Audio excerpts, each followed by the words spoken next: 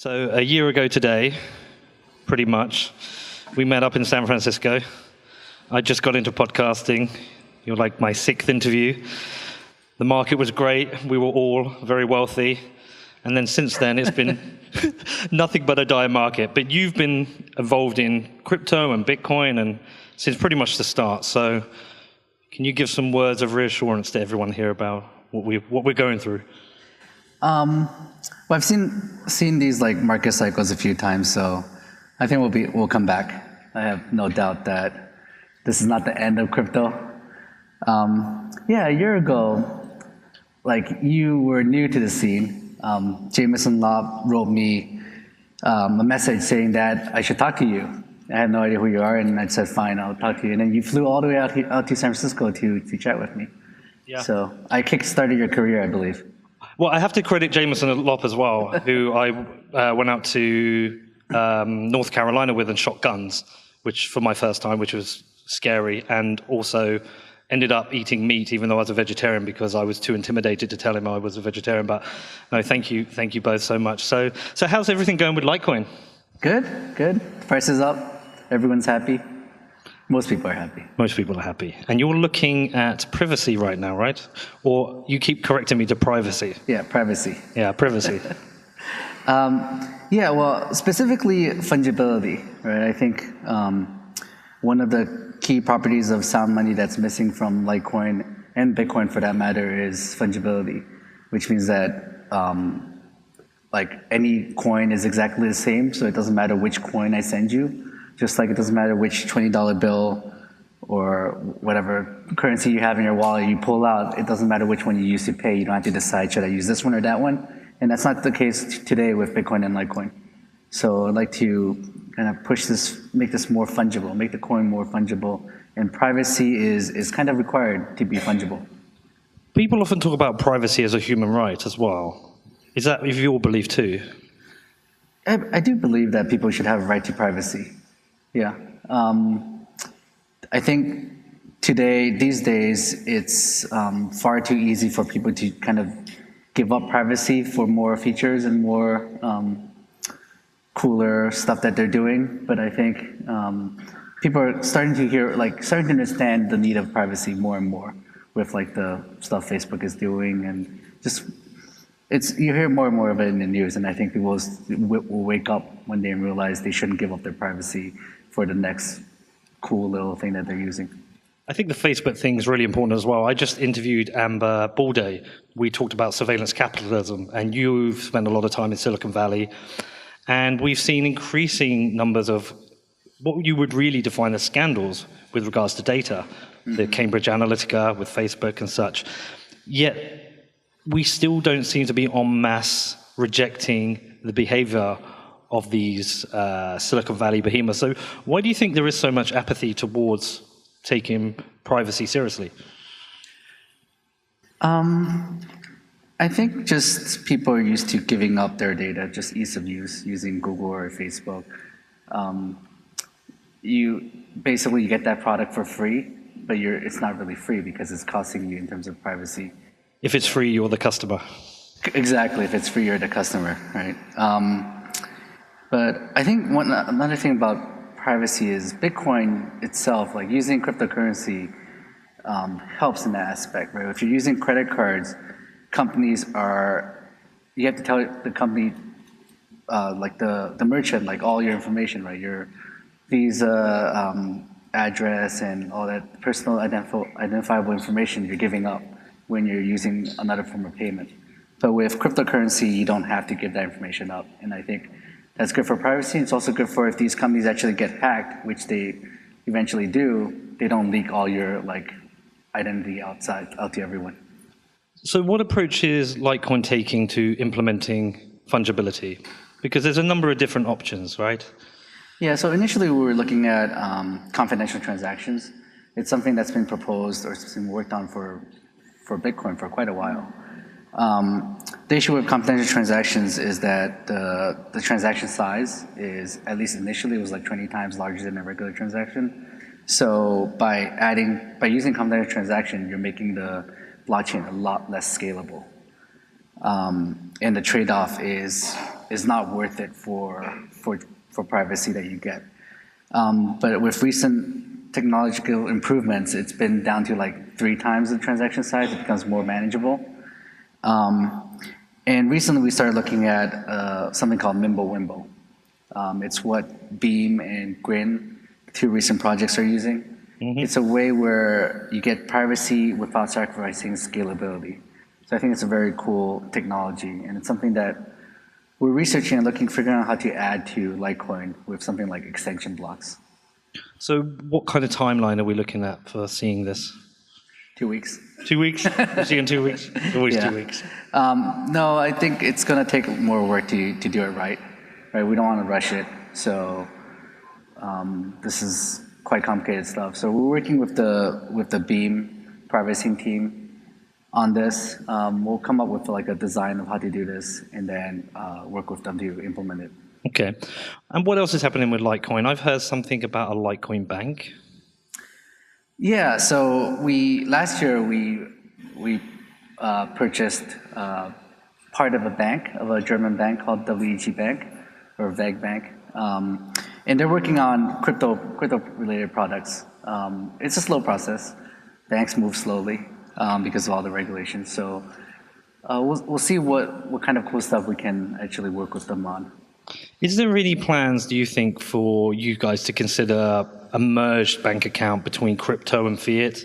Something maybe like Bitwala are doing?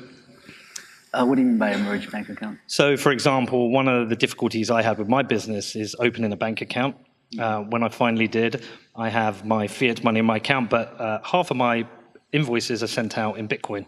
Yep. The Bitcoin then has to go to a wallet, then it goes from a wallet to an exchange, it gets converted, then from an exchange into my bank account. The obvious answer to me is to have a bank account where I have my crypto accounts next to my fiat accounts, and it's auto rebalances as I choose.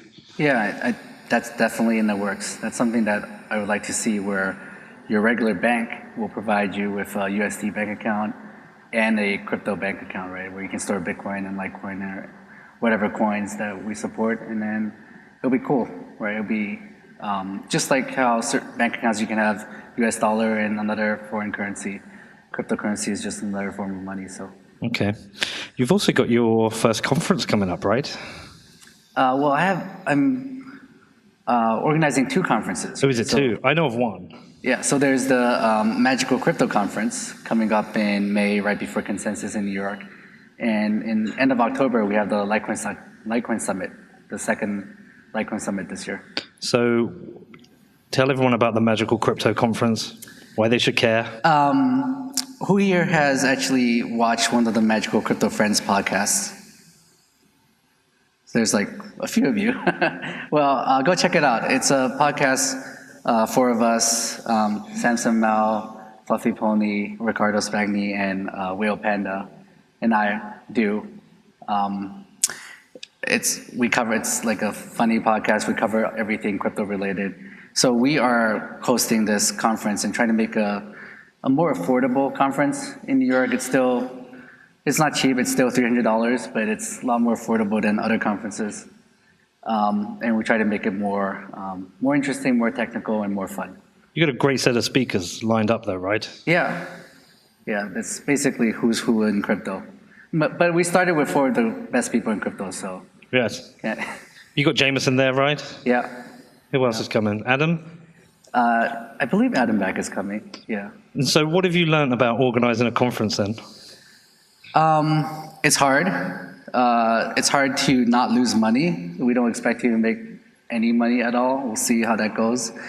Especially in this bear market, right? It's hard. People don't have extra money to go to conferences. But we try to, I think our goal is not necessarily to make money. Our goal is to just have a great conference, have a lot of good speakers, and have a lot of good content. Okay. So over the bear market, I personally have found it, I don't know about anyone else, but it was first really hard to deal with. You know, trying to see assets that you have drop in value, just trying to see a market that keeps dying. But during that period, as it started to bottom out, I've started to enjoy it because we've seen we've seen poor projects die, but real projects start to show the creation of value. Where do you think the opportunity is for the creation of value within the crypto market over the next, 1, 3, 5 years? What do you mean by creation of value? So I would give a good example of that as something like, we just had Bill Barhard on from Arbra. So he's merging crypto with real world with the creation of synthetic assets. So he's created there's an actual utility there for Bitcoin, but to go out and make another market more efficient. Whereas we may have seen sometimes with some of these protocols that have struggled to create products that people have started to use. So I see that as value creation. What are the things that are exciting you that you think will be interesting? Well, what happens in a bear market is, in a bull market when prices are going crazy, is you really get distracted by the price. For example, when I was looking at Coinbase, we went through the bear market. Morale was low, but everyone was just working, right? They're just creating products. But when the bull market started happening, people were just like chatting all the time about what's the next coin to invest in, what's cool, like just having fun, right? And then work doesn't get done. So I think the cool thing about the bear market is people actually, one thing is you kind of, the bad ideas get fleshed out, right? They fail, which is important. And the good companies and good ideas get to build out the great companies and products in the future. Same thing happened with the internet bust, right? The boom and the bust, and then the companies like Google, Amazon come out really strong at the end, and then the Pets.com and other failed startups die off. So where do you see the strength in the market right now? What are the companies and products that excite you? I think what Abra is doing is very cool. It's something that's never been done before, and let's see what else. I like Casa. Casa, yeah, definitely. Casa is building, just making it easy to store, to secure your own coins. I think that's the one thing that is kind of hindering adoption today is just ease of use and ease of securing your coins. Because one of the things with Bitcoin and cryptocurrency is you are your own bank. So the flip side is you have to secure your own money, right? Previously, if you put money in a bank, they're securing your money for you. And if money gets stolen from the bank, it's protected by FDIC insurance or whatever. That's in the US, obviously. So with cryptocurrencies, you have to be able to, kind of technical enough, at least in the beginning, to be able to store your own coins. And that's tough for most people. And then they start relying on cryptocurrency exchanges to store money. And as we know, they get hacked, and then people get hurt because they lose all their money. So having a product like Casa help people secure their own coins is really quite important. Basically, it's important to have an easy-to-use product. Yeah, I mean, we're still seeing it today with exchanges, right? This year, we've had Cryptopia have obviously been hacked. We had Quadriga, who knows what's going on there. And I think the Trace Mayer campaign for Own Your Keys was a really great campaign, but we're also now seeing the contrasting clash of new products coming to the market. For example, with BlockFi. BlockFi have introduced crypto-backed interest accounts, similar with Celsius. How do you feel about these kind of products whereby there is a merge between crypto and the real world, but you're having to give up ownership of your private keys? How do you feel about these? I'm on the fence. Like, on one hand, I think products like BlockFi or even like Coinbase, where it makes it very easy, like they secure the coins for you and they're competent, they do a good job, but you also give up kind of the control to a third party, right? So I think Coinbase can do a much better job than most people can. So that's currently the better option for them. But I'd like to see us move towards making it easy for people to store their own coins. I mean, you had quite a techie role at Coinbase a while back. Yeah. How scary is this? How scary is it, and how much are these exchanges being attacked on a kind of constant daily basis? It keeps me awake at night. It's one of the reasons why I left. Because storing like billions of dollars worth of other people's money is just not fun, because you constantly get attacked. Hackers love to attack cryptocurrency exchanges because Bitcoin or cryptocurrency, once you take them, you can't get it back, right? So, yeah, it's definitely scary. I think Coinbase has done a tremendous job in securing the coins. We work very hard on that. It's one of our like core competencies. But yeah, and like the thing is, like most companies and exchanges don't do a good job. And the stories you hear about what happened, like for example with Quadriga, right? Like their core wallets were empty like more than a year ago or something like that. It's pretty crazy that they've been hiding this for so long, and now we don't know if the founder really died or he faked his death, and that's like it's like a Hollywood story. It's like a big mystery, isn't it? So most people obviously know you for Litecoin, the creator of Litecoin. But take us back to the early days of Bitcoin when you first discovered it. You know, we talked about this before, but tell us about like the early scene, the early meetups. Tell us what it was like. Sure, yeah. Like, so I discovered Bitcoin in 2011, around like April timeframe. Do you remember the price?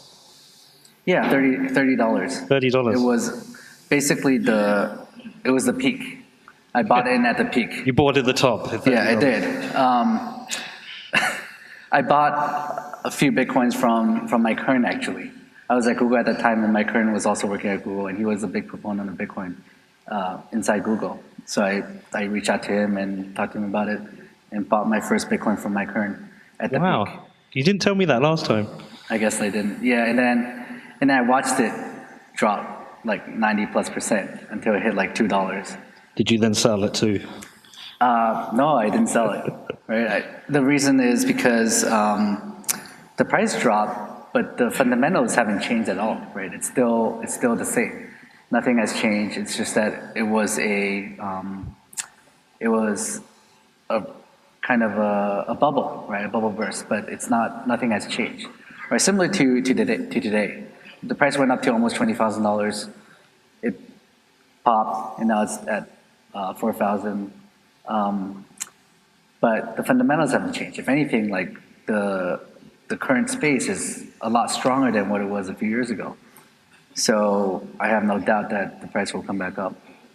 Yeah, it definitely feels a lot stronger now. There's a lot more is happening in terms of the markets.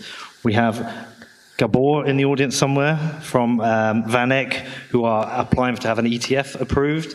We have 2 weeks. That's what they told me. Like developers, 2 weeks.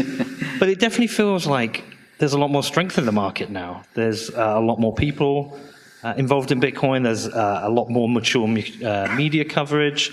Don't you find it strange that when Bitcoin is its strongest, the price usually is at the weakest, and everyone gets a bit scared to buy?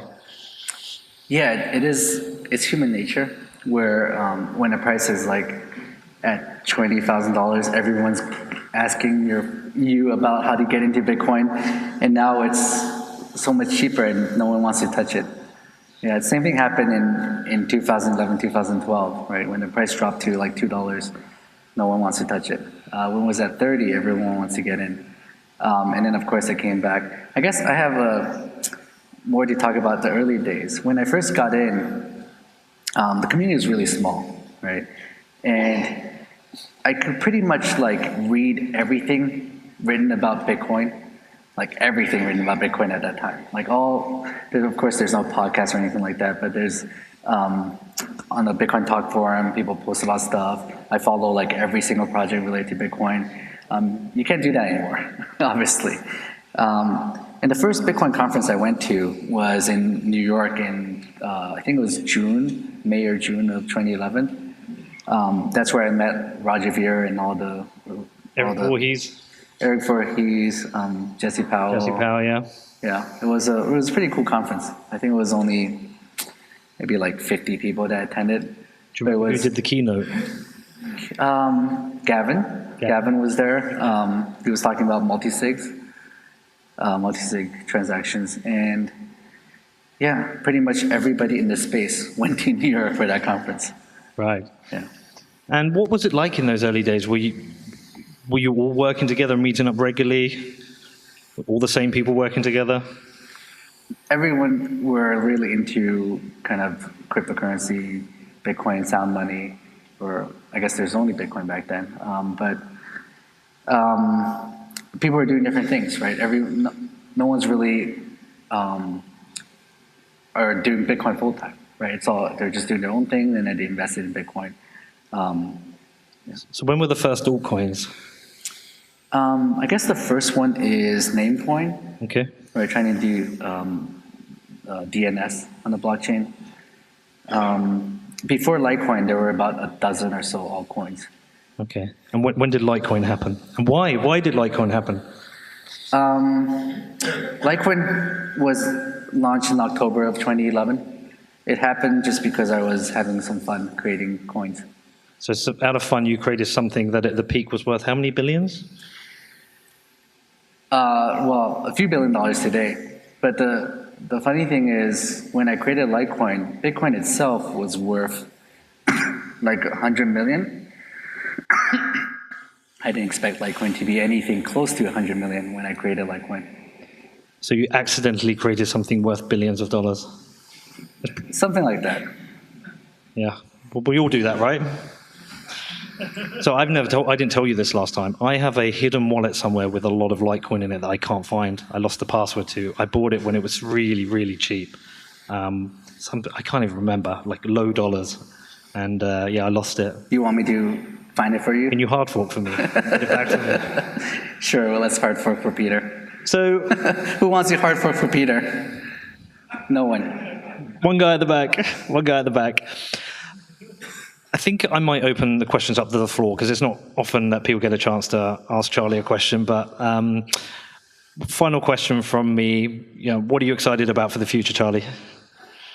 I'm excited about what I was excited about, like in the early days, which is creating a new form of money, like sound money. That's something that we've never previously seen before. I think Bitcoin and cryptocurrencies is here, right? We can't put the genie back in the bottle. I think I'm excited about where we go next with it. All right. We've got under 5 minutes left. If anyone would like to ask Charlie a question, please do put up your hand because it's a rare opportunity to get them like this.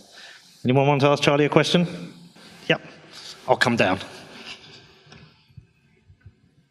So hi, Charlie. I do have a lot of friends of mine in the Philippines that are holding Litecoin, and they're quite fascinated with the coin itself. So is there any message that you could actually give to the Filipinos, and could you tell something like why should they keep Litecoin? I think in the Philippines, I think the major Philippines exchanges are not supporting Litecoin yet, right? So I think you guys should go talk to your local exchange and convince them to support Litecoin to make it easy for people to buy Litecoin in the Philippines. You can actually buy Litecoin just only by trading it into the exchange, because I do have a group in the Philippines right now that are trading Litecoin, Ether, Bitcoin, Tron. So these are the coins that we are trading. So, I mean, they're quite excited as well that I'm here today and to see you here. Yeah. Thank you. Anyone else want to ask Charlie a question? Yeah, come up. I'll come to you.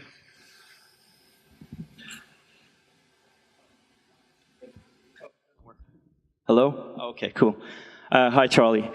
My question is, like, we were talking about like the humble beginnings when you had like smaller meetups and everyone was working together, and now we see like projects bashing each other, like it's becoming like isolated silos. So how do you feel about that, and what is your message to the community or to these project managers out there? I think it's just inevitable. I think it's just to a lot of people, it feels like a zero-sum game. So in order for them to succeed, someone else has to fail. And because there's so much money involved, it becomes very personal. So that's why you see like Bitcoin Cash attacking Bitcoin and everyone attacking Ripple. And, yeah, everyone attacking Ripple. Everyone attacking you when you. Because I interview scammers. Yeah. So he's a scammer. Who's a scammer? Depends who we're all scammers at heart, though, aren't we?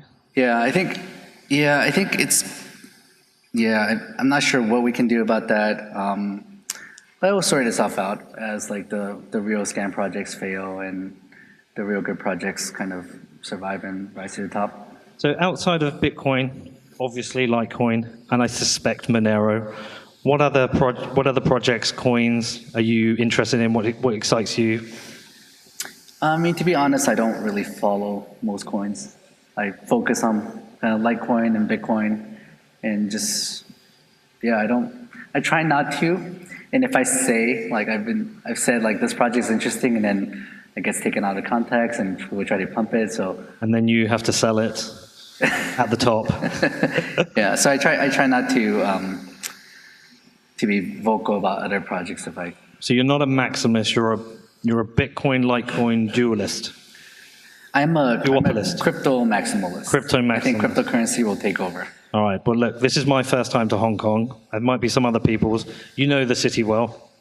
You call it a city or country? I guess it's. I don't know anymore. What is it?